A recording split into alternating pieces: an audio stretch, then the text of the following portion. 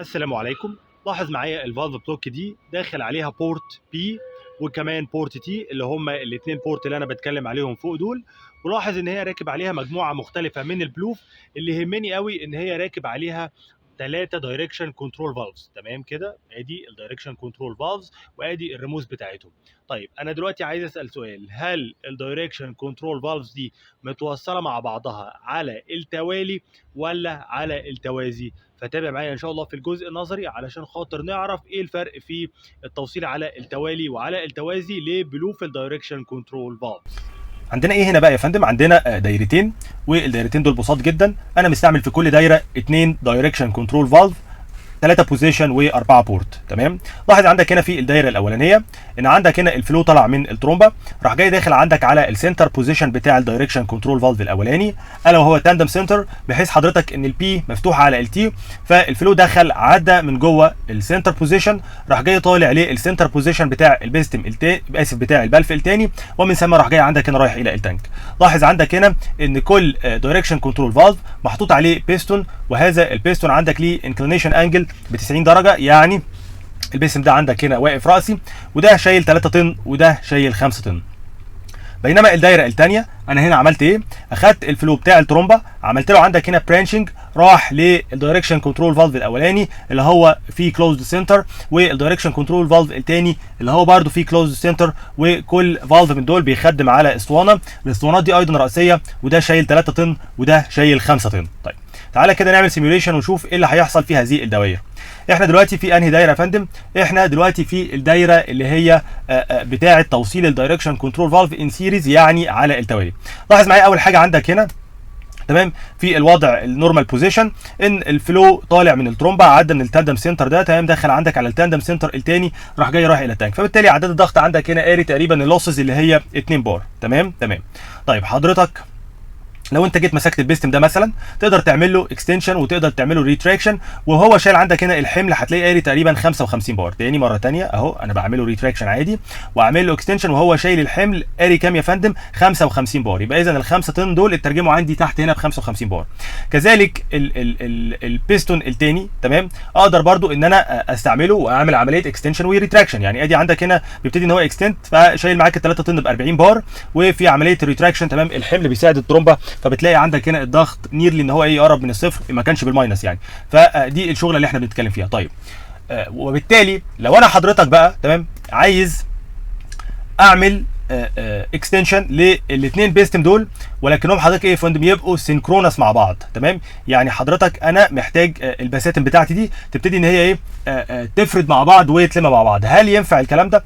الحقيقه ينفع الكلام ده في التوصيل عندك على التوالي، ينفع ان انا اعمل الشغلانه دي، وهتلاقي حضرتك هنا ان التوتال بريشر اللي محمل عندك على الترومبه هو ايه يا فندم؟ هو مجموع الحملين الموجودين على بعض اللي هم ال 8 طن. يعني حضرتك لو انا جيت تمام عملت تمام، هخلي ده يعمل اكستنشن يعني يشيل الحمل، وهخلي ده كمان يعمل اكستنشن يشيل الحمل بتاعه، وحضرتك لاحظ عدد الضغط، ده لوحده كان قاري 55 بار، ده لوحده كان قاري 40 بار. تعال نشوف الاثنين مع بعض هيقرا كام. فبمنتهى البساطه يلا بينا. تمام، انا علمت هنا وعلمت هنا، فهتلاقي حضرتك ان عندك هنا تقريبا عداد الضغط قاري معاك كام يا فندم؟ قاري معاك 80 بار. ال 80 بار دول اللي هم قصاد ايه يا فندم؟ قصاد ال 8 طن اللي البستمين بتوع حضرتك مالهم يا فندم؟ اللي البستمين بتوع حضرتك شايلينهم مع بعض. تمام كده. فدي نقطه مهمه جدا ونقطه خطيره قوي. طيب نقطه ثانيه برضو في غايه الاهميه عايز اوريها لك وتاخد بالك منها قوي. ايه هي يا فندم؟ لو انا جيت حضرتك تمام عملت مثلا ريتراكشن للبيستم ده، تمام زي الفل، وحطيته في اللوك بوزيشن ده، تمام، انا كده عامل ريتراكشن لمه على الاخر، وحضرتك اصلا الضغط بتاع الترومبه كله طلع عدى من الفتحه بتاعه التاندم سنتر للدايركشن كنترول فالف الاولاني، والفلو طلع دخل عندك هنا جوه البيستم ده، راح جاي مرجعه الى الاخر. تمام. وطبعا الفلو اللي كان موجود هنا اكسبوزد للتانك، وبالتالي حضرتك انا كده زانق المكبس ده في وضع ريتراكشن. لو جيت حضرتك بقى تعمل اي بوزيشن عندك للمكبس الاولاني، تمام، مش هيستجيب معاك، ولا هيستجيب ولا كده ولا كده. تمام. يعمل ريتراكشن لا، تمام، يعمل ريتراكشن لا، يعمل اكستنشن لا، مش عايز ولا يعمل كده ولا يعمل كده. طيب هو ليه بقى مش عايز يعمل كده ولا يعمل كده؟ لان حضرتك تمام لما بتجيب عندك هنا، لما بتبتدي توصل تمام الدايركشن كنترول فالف ده بالدايره الثانيه اللي موجوده عندك، فحضرتك ايه اللي بيحصل بقى؟ تعالى كده نرجع السيركت دي لوضعها الاصلي. تمام. فانا هعمل ايه عندك هنا؟ تمام، هخلي ده يريتراكت للاخر، تمام، وحضرتك هخلي ده تمام برضه يريتراكت للاخر. تمام اهو، خلي ده يرتراكت للاخر.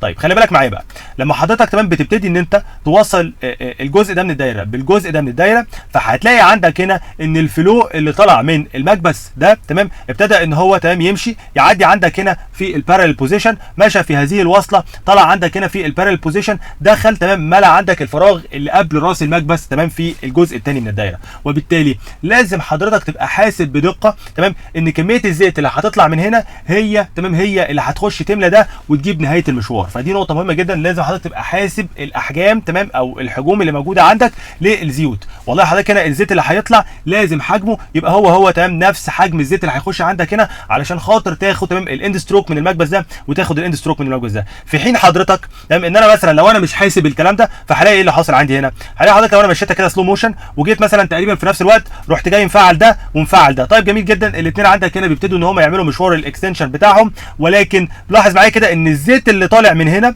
هو اللي داخل عندك هنا الناحيه الثانيه. فلو كميه الزيت اللي من هنا اقل، هتلاقي عندك هنا ان المكبس ده ابتدى ان هو يستك ومش هيكمل عندك نهايه المشوار بتاعته. فلازم حضرتك تبقى حاسب كميه الزيت اللي هتطلع من هنا هي بالظبط تمام اللي تخش عندك في الناحيه الثانيه علشان خاطر تاخد الاند ستروك. وبالتالي برضو حضرتك لما تيجي تعمل الريتراكشن تمام ايه اللي هيحصل؟ هتلاقي حضرتك برضو ان كميه الزيت اللي موجوده هنا هي اللي هتروح الناحيه الثانيه علشان خاطر البستمين دول ايه يريتراكتوا مع بعضهم تمام كده. فدي نقطه مهمه جدا لازم تخلي بالك منها في توصيل الدوائر دي. ايه يا فندم؟ توصيل الدوائر سيريز تمام ان الحجم عندك يكون محسوب وبدقه. تمام. طيب يبقى احنا كده عرفنا الميزه ان الترومبه بتاعتي بتقدر ان هي تشيل الحملين مع بعض زي الفل، مفيش اي مشكله خالص. ولكن حضرتك تمام العيب في السينكرونايزيشن، لازم تبقى حاسب الاحجام كويس جدا تمام وتبقى عارف تمام السرعات برده بتاعه البساتين بتاعتك هتبقى ماشيه ازاي. طيب الناحيه الثانيه بقى، وده حضرتك اللي انت بتلاقيه في معظم البلوكس بتاعه الهيدروليكس اللي راكب عليها اكتر من دايركشن كنترول فالف تمام، ولكن هي فيها عيب وفيها ميزه. طيب تعال نشوف كده ايه الميزه وايه العيب اللي موجود عندي. لو انا جيت عملت عندك هنا نورمال سيميوليشن تمام زي الفل، الاثنين عندك هنا ايه طلعوا، بس انا اسف انا كنت مكبر الفلو ريت عندك بتاع. هرجع لها تاني النقطه دي لان دي نقطه مهمه جدا في اول السيميوليشن.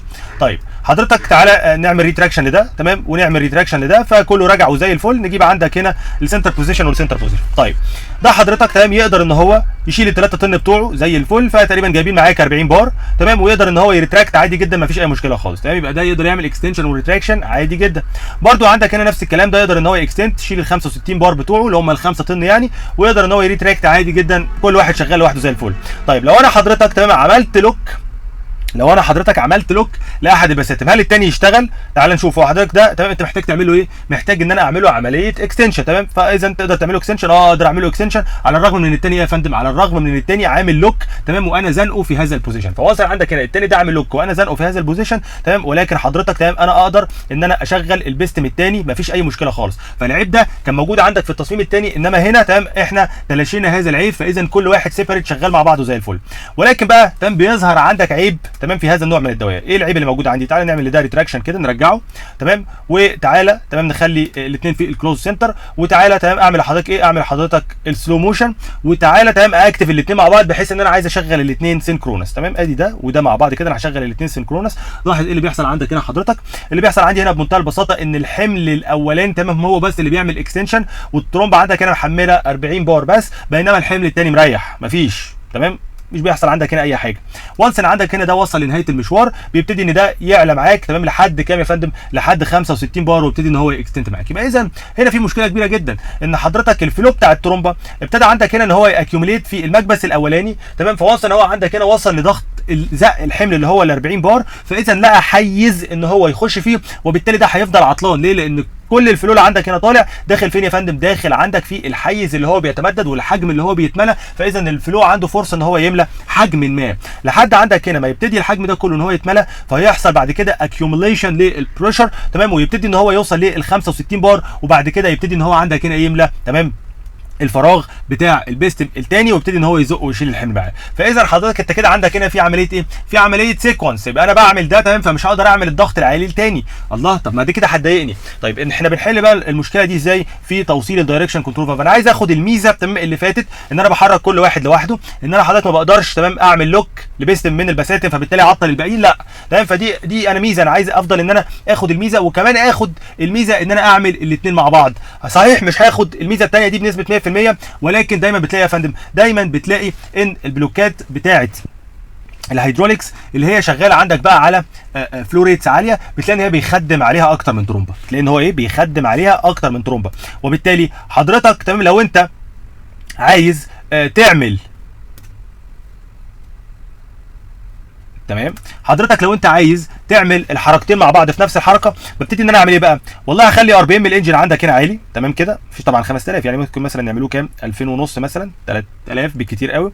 وممكن مثلا اخلي لك الديسبيسمنت عندك هنا كام يا فندم؟ 350 سي سي لكل لفه، يعني مثلا كان 3 ترومبات بيخدموا مثلا على الحركتين دول مع بعض. فلو انا جاي بقى عايز اعمل هنا ايه؟ عايز اعمل اكستنشن سينكرونس الاثنين مع بعض، ادي علمت هنا وعلمت هنا، تمام، هتلاقي الاثنين شغالين مع بعض زي الحلاوه. ليه؟ لان الفلو ريت اللي عندك ياما قوي، فمكفي ان هو يزق ده، تمام، وبعدين انا عمال اكيوميليت مش لاقي يا فندم، تمام، هروح فين بعد كده؟ فيروح جاي رايح عندك الى البيستم الثاني، وبالتالي يجبره ان هو يعمل مشوار الاكستنشن بتاعه. وده الحل اللي موجود عندك اللي انت بتستعمله علشان خاطر ايه يا فندم؟ علشان خاطر تمام تقدر ان انت تعمل كذا حركه مع بعض. فانا عشان خاطر اعمل كذا حركه مع بعض، بتلاقي عندك دايما سواق المعد يعمل ايه؟ يروح دايس عندك هنا اكسلراتير على الاخر علشان خاطر يعلي الفلو ريت بتاع الترومبه. وهي كده كده اصلا تمام بيبقى لو الموضوع يعني شغال اوتوماتيك في الهيدروليكس، بتلاقي اللود سنسز كلها جايه للترومبات بتاعتك، فالترومبات بتاعتك بتتاكتف وتبتدي ان هي تخش علشان خاطر تسبلاي الفلو ريت المناسب للاحمال اللي حضرتك حاططها عليها. فدي نقطه مهمه جدا ونقطه ممتازه جدا، تمام. فبكده يبقى انا اخدت